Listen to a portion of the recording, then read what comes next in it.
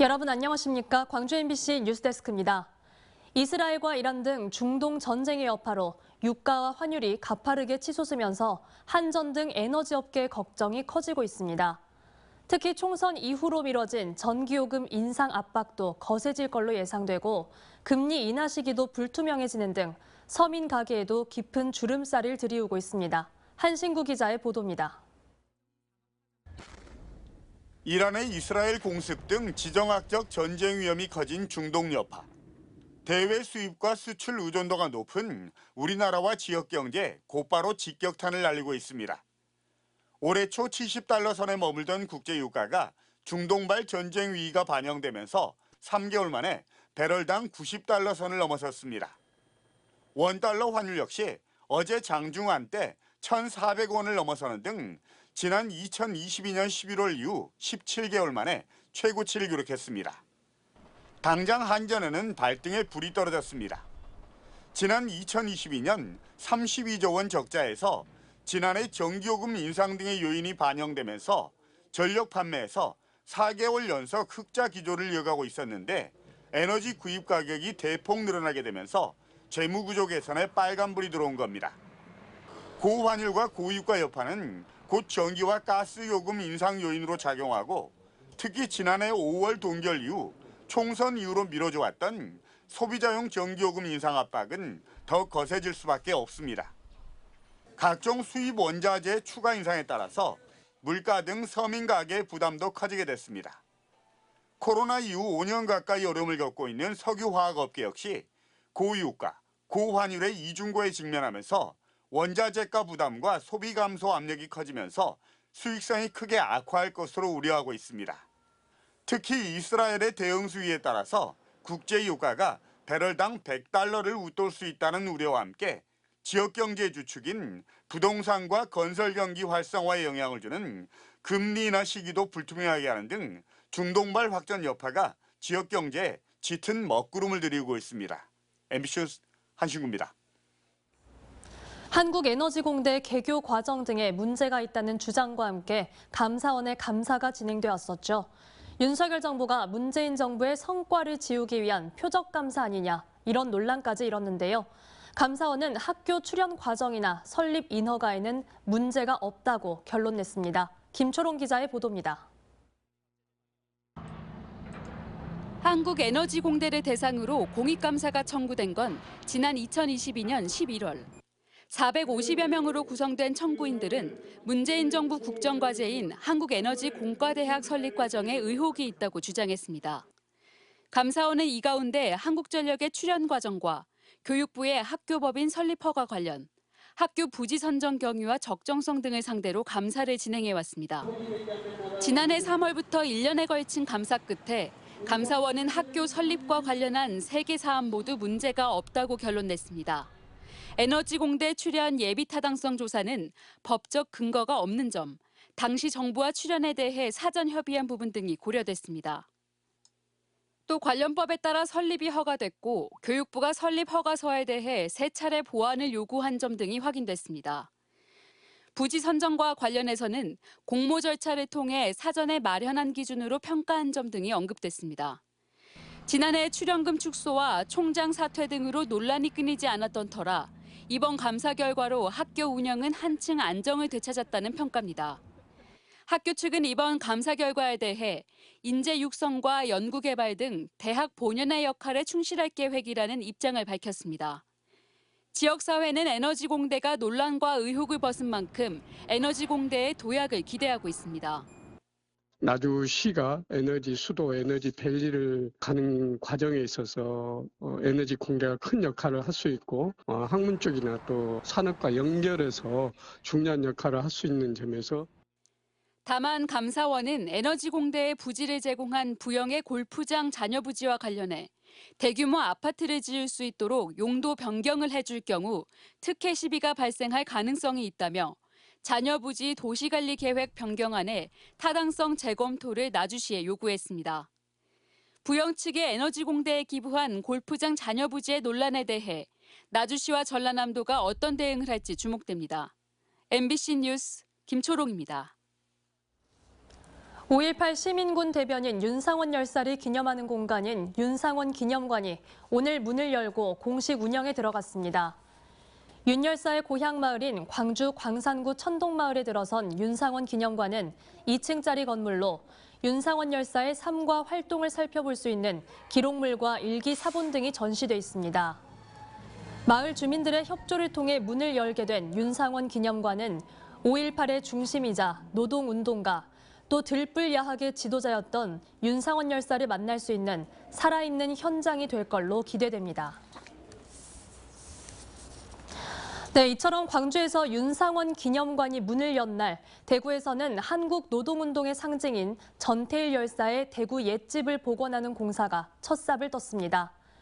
5.18 시민군 대변인 윤상원 열사는 생전에 자신이 잘 나가던 서울의 은행을 그만두고 노동야학을 하러 광주에 내려오게 된 건 전태일 열사의 영향을 받았기 때문이라고 주위 사람들한테 이야기해왔는데요. 그 전태일 열사가 가장 행복해했던 시절에 대구 옛집이 복원되는 건데 광주 항쟁의 상징적 인물과 노동운동의 상징적 인물의 기념관이 생기는 겁니다. 대구문화방송 신병철 기자입니다. 대구시 중구 남산동에 있는 전태일 열사의 옛집은 22살 짧은 생애 중 가장 행복했던 시절을 고스란히 담고 있는 공간입니다. 그의 서거 50주기를 앞둔 2019년과 2020년, 뜻있는 대구 시민들이 이곳을 복원하기 위해 5억 5천만 원을 모금해 사들였습니다. 하지만 3억여 원의 복원 비용이 부족해 계속 착공이 미뤄지다 이제서야 첫 삽을 떴습니다. 이러한 이제 그 공간 구조라도 저희가 잘 보존해야지 전태일 정신이 어떻게 보면 이제 그 증거로서 이 공간에 남길 수 있지 않을까. 전태일 일가족 6명이 살았던 2평 정도의 좁은 방은 지금은 흔적도 없이 사라졌지만 복원을 통해 처음 공간으로 거듭납니다. 아직 건물 형태로 남아있는 주인 집은 수리해 전태일의 유품 등을 전시하는 공간으로 사용돼 전태일 정신을 전할 예정입니다. 우리 후배들, 우리 동생들, 우리 아들, 딸들이 여기 와서 전태일을 기억하고 청소년 노동인권 교실이 되고 현장이 되는 그런 공간, 그런 방향이 되어야 된다. 전태일 열사는 1970년 11월 13일 서울 평화시장에서 열악한 노동 환경을 알리며 정부와 자본가들에게 근로기준법을 지킬 것을 요구하면서 스스로 분신해 삶을 마감했습니다. 대한민국의 노동운동은 전태일 이전과 이후로 나눠질 정도로 그의 정신은 많은 이들에게 깊은 울림을 남기고 있습니다. 전태일 정신은 연민입니다.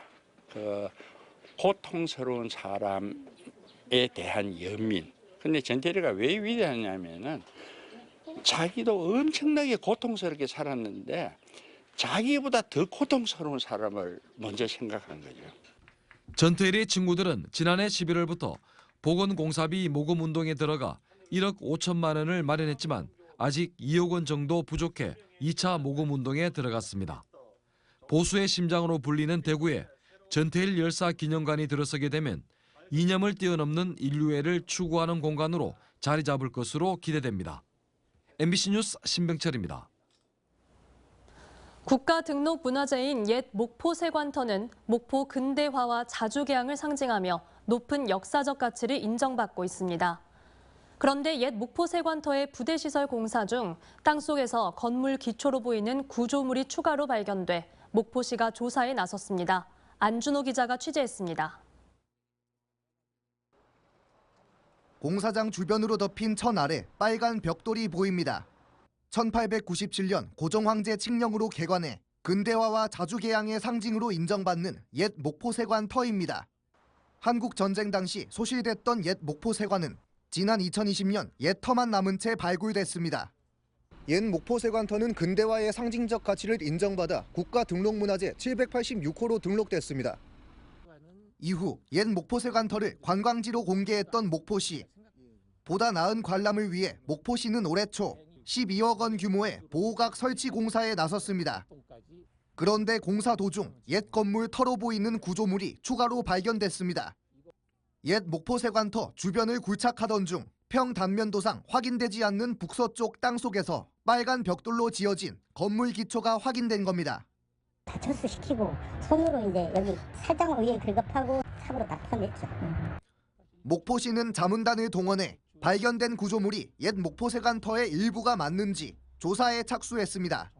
그 결과 내린 잠정 결론은 해당 구조물이 옛 목포세관의 일부로 보이지 않는다는 것. 1950년 한국전쟁 당시 옛 목포세관이 불에 타 소실된 이후 같은 자리에 중첩돼 건립됐던 목포세관 현대청사와 국가정보원 목포출장소의 건물 기초일 가능성이 높다는 겁니다. 그때 일제강점기 초기에 개항기 회로 조금 강해 몰탈이고 저거는 시멘트 몰탈이에요. 그러니까 저거는 한참 후일 거예요. 옛 목포세관 이후 세워진 건물들의 축조 관련 자료는 남아있지 않아 정확한 출처 판단은 섣부른 상황. 목포시는 발견된 구조물의 훼손을 막기 위해 흙으로 덮어 존치시킨 뒤 파손 등 영향이 가지 않는 범위에서 보호각 설치 공사를 이어나갈 예정입니다. MBC 뉴스 안준호입니다.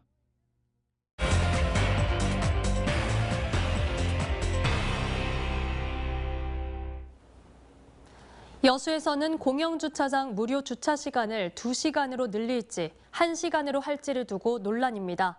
지역 상권 활성화를 위해서는 넉넉하게 2시간을 주는 게 필요하다는 주장과 그러면 주차장 회전이 잘 안 되니 1시간으로 제한해야 한다는 주장을 놓고 여수시와 의회가 대립하고 있습니다. 문형철 기자가 한 걸음 더 현장 취재했습니다.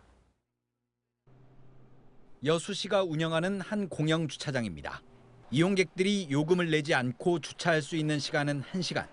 코로나19로 인한 시민과 소상공인들의 어려움을 고려해 지난 2020년 5월 무료 주차 시간을 2시간으로 늘렸는데 올해부터 다시 1시간만 적용한 겁니다. 그런데 무료 주차 시간을 다시 2시간으로 확대하자며 최근 여수시 의원 10여 명이 조례 개정안을 발의했습니다. 여수시는 난색을 보이고 있습니다.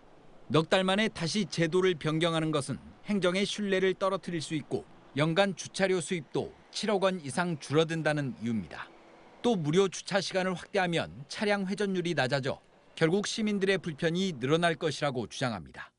주차장을 만든 목적이 저희들은 그래도 많은 시민들이 주차장 이용해야 되거든요. 그러기 위해서는 주차장 회전을 높여야 됩니다. 당연히 이제 시간과도 연관성이 있고요. 반면 조례 개정안에 찬성한 의원들은 경기 침체로 어려움을 겪고 있는 시민들의 부담을 덜어주고 지역 상권을 더 활성화하기 위해 제도를 개선해야 한다는 입장. 시민들의 큰 호응을 얻었던 정책인 만큼 여수시의 전향적 태도를 촉구하고 있습니다. 또 무료 주차 시간과 회전율은 큰 상관이 없다고 강조합니다. 현재도 지금 우리 여수시 주차 비용은 타 지자체에 비해 저렴한 편이거든요. 그래서 2시간을 무료라고 한다고 해서 회전율이 떨어진다는 거는 조금 공감하기는 어려운 부분인 것 같습니다. 시민들의 의견은 엇갈립니다. 1시간으로 충분한 것 같아요. 공유주차장에 막 이렇게 자주 오래 주차하는 그런 타입이 아니라서. 무료 주차가 많으면 이제 저희가 낸 세금들이 좀 잘 쓰이고 있구나 이런 생각이 좀 들 것 같아가지고. 찬반 의견이 대립하고 있는 여수시 주차장 조례 개정안은 오는 19일부터 열리는 임시회에서 논의될 예정입니다. MBC 뉴스 문형철입니다. 구례에서는 멧돼지가 농가로 내려와 농민들을 습격하는 일이 일어났습니다. 2명이 다쳤는데 이 중 1명은 온몸을 심하게 물리는 중상을 입었습니다.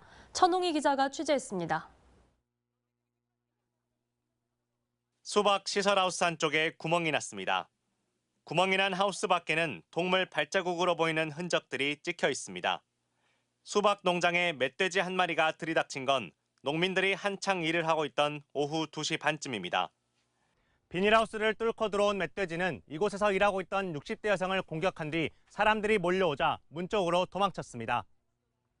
멧돼지의 습격으로 농민 1명이 중상을 입고 또 다른 농민 1명이 경상을 입었습니다. 갈비뼈 쪽에 3개가 금이 갔다고 하셔가지고 좀 거기가 무지 아프신가 봐요. 가슴이나 그런 데 막 살점이 찢겨져 나가가지고 막 허벅지하고 그런 데가 지금. 주민들은 동네 근처가 수달 서식지 생태 보존 지역으로 지정돼 수풀이 우거지기 시작했고 최근 멧돼지가 자주 나타나고 있다고 말합니다. 그래도 대낮에 멧돼지가 사람들을 습격할 것이라고는 생각하지 못한 터라 크게 놀랐습니다. 사람 살려줘 하고 개미 소리 같이 들리는 거예요. 그래서 이쪽은 안 보고 이쪽 이렇게 봤어. 그러니까 이 엄마는 안 보여. 엄마는 안 보이고 멧돼지가 타게 갖고 막 대가리를 막 입으로 막 그래서 도망가다가 여기서 넘어져갖고. 구례군은 수달 보호 지역에서는 사냥이나 숲을 제거가 어렵다면서도 시설하우스 인근 산에 있는 멧돼지를 잡기 위해 전문 엽사를 투입했다고 밝혔습니다. MBC 뉴스 천홍입니다.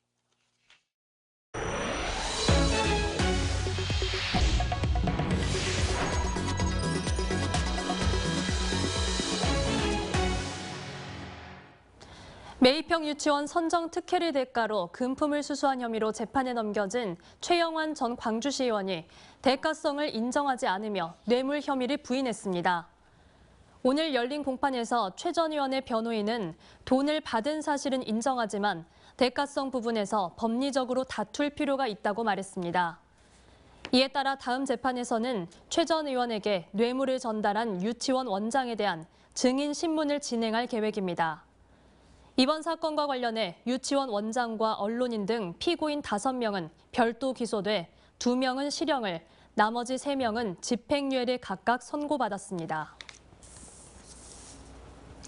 광주 전남 여성단체는 5.18 진상조사위가 최근 공개한 5.18 당시 성폭력 조사 보고서와 관련해 소수 의견이라는 이름으로 성폭력 사실을 부인하는 반대 의견을 첨부해 보고서의 의의를 스스로 깎아내렸다고 지적했습니다.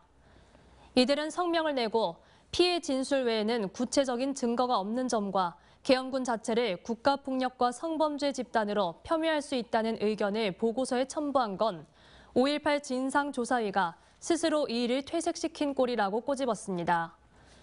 이들은 다만 성폭력 가해 부대와 가해자를 특정하는 등 40여 년 만에 국가에 의한 성폭력 문제를 조사하고 치유 회복의 주체가 국가임을 명시한 부분은 큰 의미가 있다고 평가했습니다. 김영록 전남지사가 전남의과대학 설립을 위한 화합과 단결을 호소하고 나섰습니다. 김 지사는 오늘 전남도청 브리핑룸에서 기자회견을 열고 도민들에게 한마음 한뜻으로 힘과 지혜를 모아줄 것을 호소했습니다. 언제 어디서나 내 손 안의 뉴스. 광주 MBC 뉴스 유튜브 구독으로 함께하세요.